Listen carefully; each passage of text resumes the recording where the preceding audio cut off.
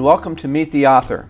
This is interviews of authors of the Author Event Network, and today we have one of our my favorite authors in the network, one of our earliest members, Jessie Kwak, who's a fantasy and thriller writer. Jessie, welcome to Meet the Author. Thanks for having me. This is really fun. It's a pleasure. I've been wanting to have you for a while, and I'm glad you finally made it. Yeah, me too. We've tried this a few times. Yeah, it's been a little bit of hit and miss, Yeah. but I'm glad, sooner or later, if you're persistent, you get there. Well, I want to dive right into this because I know you have a lot to say and you have some great books. First, tell the audience about what inspired you to become an author and why is it that you write? Yeah, so I have always written stories ever since I was a little kid. My grandma was my first grade teacher, and so she can tell you that I was writing stories in her classroom and always just kind of making up things. And so I always wanted to be a writer. Mm-hmm. I actually majored in English in college and thought, okay, somehow I'll figure out how to make this whole novel writing thing work. Mm-hmm. Of course, it can take a while to earn money from writing novels.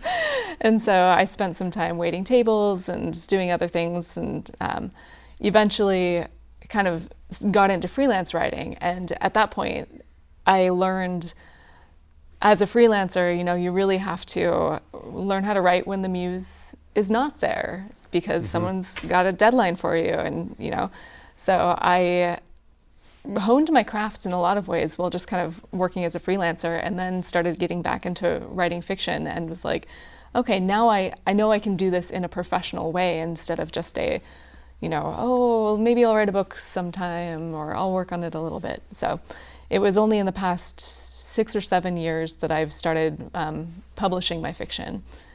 Okay. Now, you chose fantasy and sci-fi. Why, for you, what was the motivation behind that choice? It's what I loved reading. Okay. As a kid, I read a lot more fantasy, and then I started getting more into science fiction as I grew up. And I really love the action adventure. I love exploring new worlds. In real life, I like to travel to all sorts of places, and so I feel like science fiction and fantasy lets you explore worlds that don't even exist, that are just inside your mind or that are inside another author's mind. Interesting. Well, that's fascinating. So I know I love to explore the world too. I'm always trying to do research on real places, and I figure there's so much there for me to imagine more. Tell me about the themes of your book. What are some of the main themes? I mean, in fantasy writers, particularly in sci-fi, they're wanting to talk about a particular topic, but they want to do it in an obscure way by basically having fictional worlds. Mm-hmm. What are the themes that you think are the most important for you in your book? I think one of the themes that keeps coming back again and again is sort of freedom, and what does it mean to have the freedom to do what it is, to live your life in the best way possible and be yourself. And so in my books, there's a lot of kind of societal obligation versus personal freedom and kind of obligation to family. The Double-Edged in particular is very kind of, it was my first sci-fi book, and it's very like Mafia, Godfather inspired. So there's a lot of this you may be outside the law, and so kind of have this maybe freedom from societal expectations, but now you're in this other world and you have your obligation to your family and your mm-hmm. allies and things like that. So mm-hmm. that's one of the ones that keeps coming back. So the concept of freedom. Now, you mentioned family, and so was there anything about your personal experiences that led you to write? And I know that wasn't not your only book. You've got Earth and Bone and Pirate Ghost and After the Tide. Anything else about your personal experiences that kind of led you into some of these stories? That's a hard question because there's a lot of me in these books, mm-hmm. but I've never done a heist on an abandoned space station, for example. Most of the things that happen in my books are things that I haven't really experienced. But my very first novel, From Earth and Bone, is actually a supernatural thriller that's set in Seattle. Mm-hmm. And it's about two adult sisters who are kind of navigating their relationship with each other. And that one, I would say, hits very close to home because my sister and I, growing up, we had our differences. As adults, we've become very good friends. our relationship was never as fraught as that of Patty and Valeria in this book. But I draw a lot on kind of my own relationships and my own experiences to flesh out my characters. Okay. But I wouldn't say, I've never been possessed by my sister's boyfriend's ghost. So that's not where that story came you from. You can tell her about. Not that I can tell her about. Okay. So you're taking from a lot of your relationship clues from your life, and then building those into these characters doing extraordinary things. Yeah. Interesting. Okay, great. That's wonderful. Now, what kind of research do you do when you're exploring, afterlife, and you're exploring mafia, and you're exploring new worlds? What kind of research do you do to kind of build that out? I love just seeing where my interest takes me, and so I don't tend to do a lot of really deep. I'm going to learn how space propulsion works and then write chapters about how this engine and how this drive works. My sci-fi is not super hard and sciencey and techy in that way, because for me, I'm more interested in kind of exploring. One of my books that I did a ton of research on was about labor unions and strikes and that sort of thing. And so I ended up going back through the history of labor unions and pulling out ideas and thoughts on that. And you would never look through the book and be like, oh, she got this from here, this from here. But my research is more kind of immersing myself in a topic and then forgetting all the specifics of everything I knew about it and using that kind of as the vibe and energy to go into the book, if that makes sense. So I don't do well at, this is exactly how far a star is and a quasar and, things like that. I'm not going to retain that, but I will immerse myself in that to paint a world, an immersive world and story for you. So you're trying to find the context and sort of the terminology and sort of the thought processes, and then kind of obscure some of the finer tuned details. And oftentimes readers get lost in those kinds of things anyway. They're not going to try and rebuild a propulsion engine, so the description of one isn't necessarily adding to the story. Yeah, I had a friend once who, after she read the Bellari saga, that Double Edged is the first book of, she said, one of the things I love most about these books is how well you described the world, and I could really envision all the technology, and I loved how the vehicles, I just had such a strong image of what the vehicles looked like that you painted.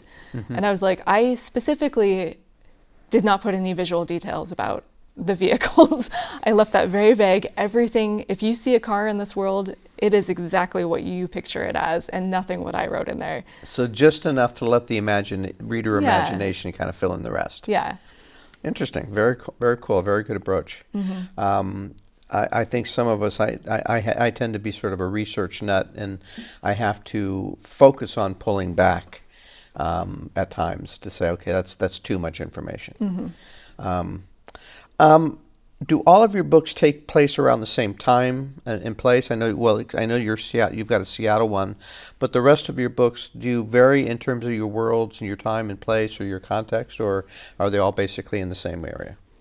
Yeah, the two books in the middle there are both book ones of two different sci-fi series. There's the Bellari saga and then the Nancy Chronicles series, and both of those are set in the same universe. They have a few characters that cross over.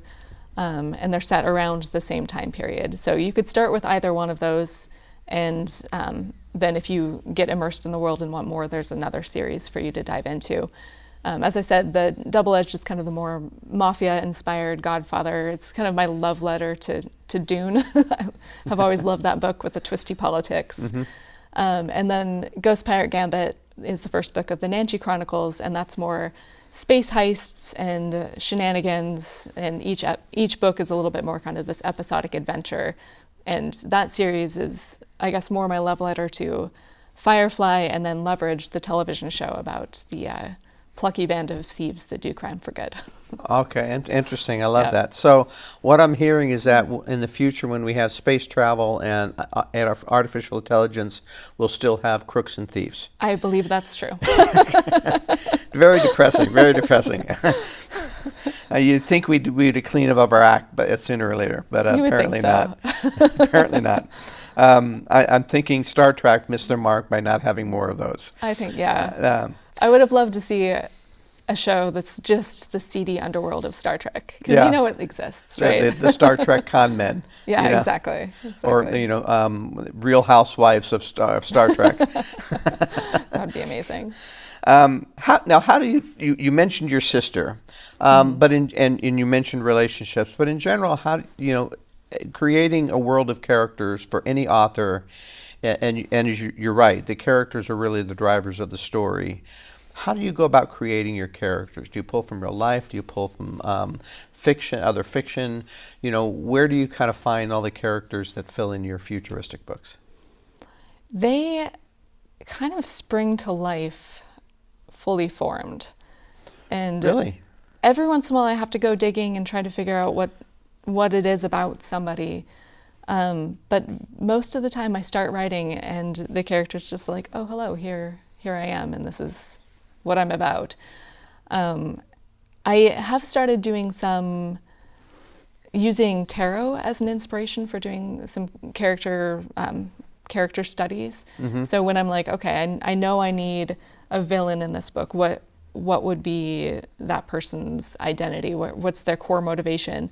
I've started playing around with, doing a spread for their characteristics, their like outer characteristics and inner characteristics, and their motivation and their goal and that sort of thing. And then just like, how does that inspire me? So when I need inspiration, I'll go to that character spread. But otherwise, oftentimes I just start writing and they're like, oh, hello.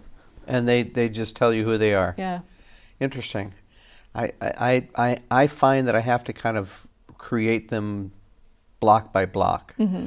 And so that's interesting that they can just kind of reveal themselves to you. Although I do know that every once in a while I'm writing, it's like a character will come up and says, you need me in this scene. Yeah. And you didn't invent me, but I need to be here. I can see where a little bit of that can occur as well. How do you decide kind of what characteristics they have other than the tarot? Is there any other way that you do it? Do you pull from people you meet, or? I think subconsciously I do a lot of pulling from people I meet. Okay. There's a kind of a father figure From Earth and Bone, who he's a kind of a witch doctor type. And so I was a little bit, my family is fairly religious, and so in this book there's a lot of kind of magic and witchcraft and ghosts, and I was a little nervous, particularly my dad reading it. And he, at the end of the book, he was like, did you base this guy on me? He reminds me of me. And I was like, yeah, I mean, he's got the dad jokes. He got the dad jokes, except for the witchcraft part, Yeah, like he's got your personality, a lot of it. Like, I didn't mean to, but Dad was like, I loved it. This guy reminded me of me. I was like, oh, that's sweet. I'm glad you identified with the witch doctor. You never know. You never know. I had one character in one of my books, The Curse of Cortez, that was based somewhat on my wife. Mm-hmm. And I had her as one of my beta readers. So I was always waiting for that, do you really see me that way? Kind of. But fortunately, she enjoyed the book and enjoyed the character. So, but she could definitely see the resemblance herself. But it's always a little bit of you got to find balance when you're talking about someone close to you, for sure. I've had some characters in my books who were based on people that I've met and didn't get along with. And so those are a little easier because I'll never see them again and what they think is irrelevant. But yeah, I find that those people that affect you in your life can affect you in your books as well. Mm-hmm. Another tool that I do end up using a lot is the Enneagram kind of personality test. Interesting. Yeah. How's that work for you? My sister actually got me into learning about the Enneagram, and as we were reading through this book, I was just like, I can really see how this works with character development, because it's all about kind of the core wound. Each person has like their core wound that their personality stems from, and a lot of their traits are there to kind of protect this core inner part of your soul.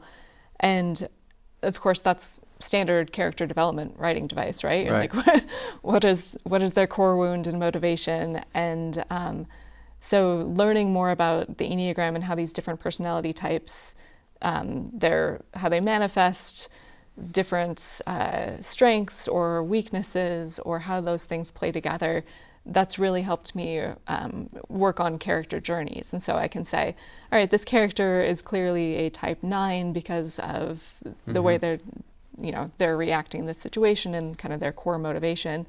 And so what is a typical 9 journey to healing? And so that's been, for me, a big tool for plotting out character arcs. That's an interesting approach. I like that. That's an interesting approach. Has its basis in psychology and studies. Very interesting. I worked in corporations, so it was all about who's the A type, who's the B type, and who can roll over who. Who's going to be passive aggressive in the situation, and who's going to be overtly abusive. Yeah, so that's very good. I like that. That's a very good approach. How did you begin writing as a child, and how did you decide your publication path as you got older? Yeah. So I had written probably 3 novels by the time I graduated college. Wow. None of them shall ever see the light of day. They were all very good learning novels. They practice. Yes, practice novels. And I was going kind of for the traditional path of finding, sending things out to agents, trying to find, editors and small presses I could work with. And I would kind of go through that cycle from time to time where I'd finish something and I'd do a quick agent hunt, and then I'd be like, this will never work. And after just some small attempts, I would be like, I'll get back to it. But I also knew that the books weren't ready to go, And so the first time I wrote something that I was like, oh, this book works, was From Earth and Bone. And I had workshopped it really heavily with some friends. And then we kind of formed a small press, and we were publishing parts of our books as we went, kind of serializing. And once I got to the end, I was like, it's a finished book. I now kind of know the process of publishing. By that point, there was much less of a stigma around self-publishing than there was, when I was in college. And I'd been working as a freelancer for about 5 years at that point. So I was like, I already run a writing business. I might as well kind of learn the nuts and bolts of publishing.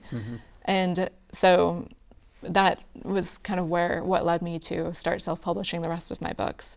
I will say, with the exception of the little guy on the end there, After the Tide, that is with Fairwood Press, which is a local to Seattle press. And that's actually my most recent book. So I'll keep self-publishing in my sci-fi series, but I think there's room for the hybrid approach as well. And there are times to work with a publisher that can be really advantageous. And working with Patrick at Fairwood has been pretty amazing. Excellent. So you're kind of a blend of both. Yeah. It's always, I find that with authors, it's always interesting how the different approaches to how to find their path in publishing kind of came about.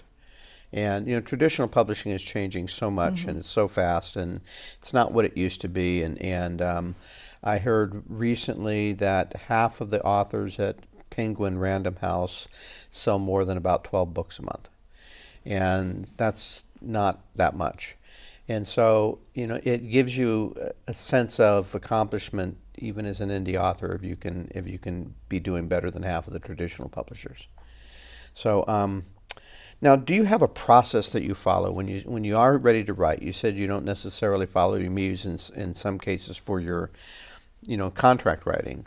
But tell us about your process when you go to start to write a new book, and how do you kind of go about finding that premise, coming up with those themes and those plot points. What's your process look like? It has gotten a lot more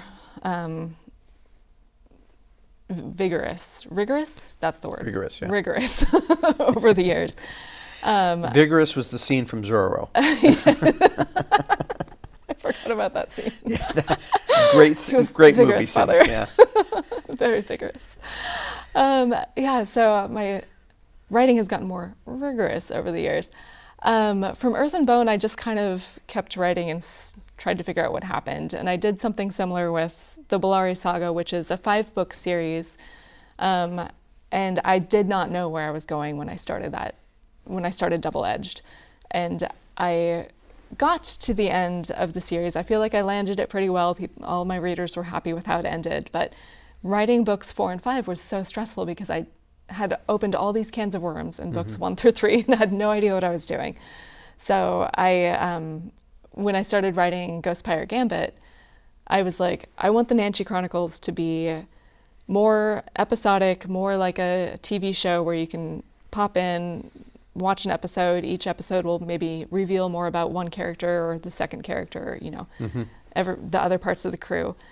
So I plotted out an arc for 9 books. And I was like, this is where I want them to end at book 9. And then kind of plotted mini trilogies. Right. And so I knew, for example, that the first 3 books was going to be the getting the crew together trilogy arc. And so everyone would meet in book 1, they'd learn how to trust each other, they would go on 3 different adventures that would cement them together. And by the end of that, you know, the love interest arc would have come together and the crew's adhesion arc would have come together. And then within that, I was like, okay, now in each of these books, they're based around heists. They're, you know, fairly formulaic when it comes to, you know, as a genre, like the heist genre is fairly, we have to learn about the mark. We have to do, you know, the first part of the con. There's a twist, you know, all those things. And so I spent a lot of time studying that out and mapping out what is the outline of a heist book, a heist movie.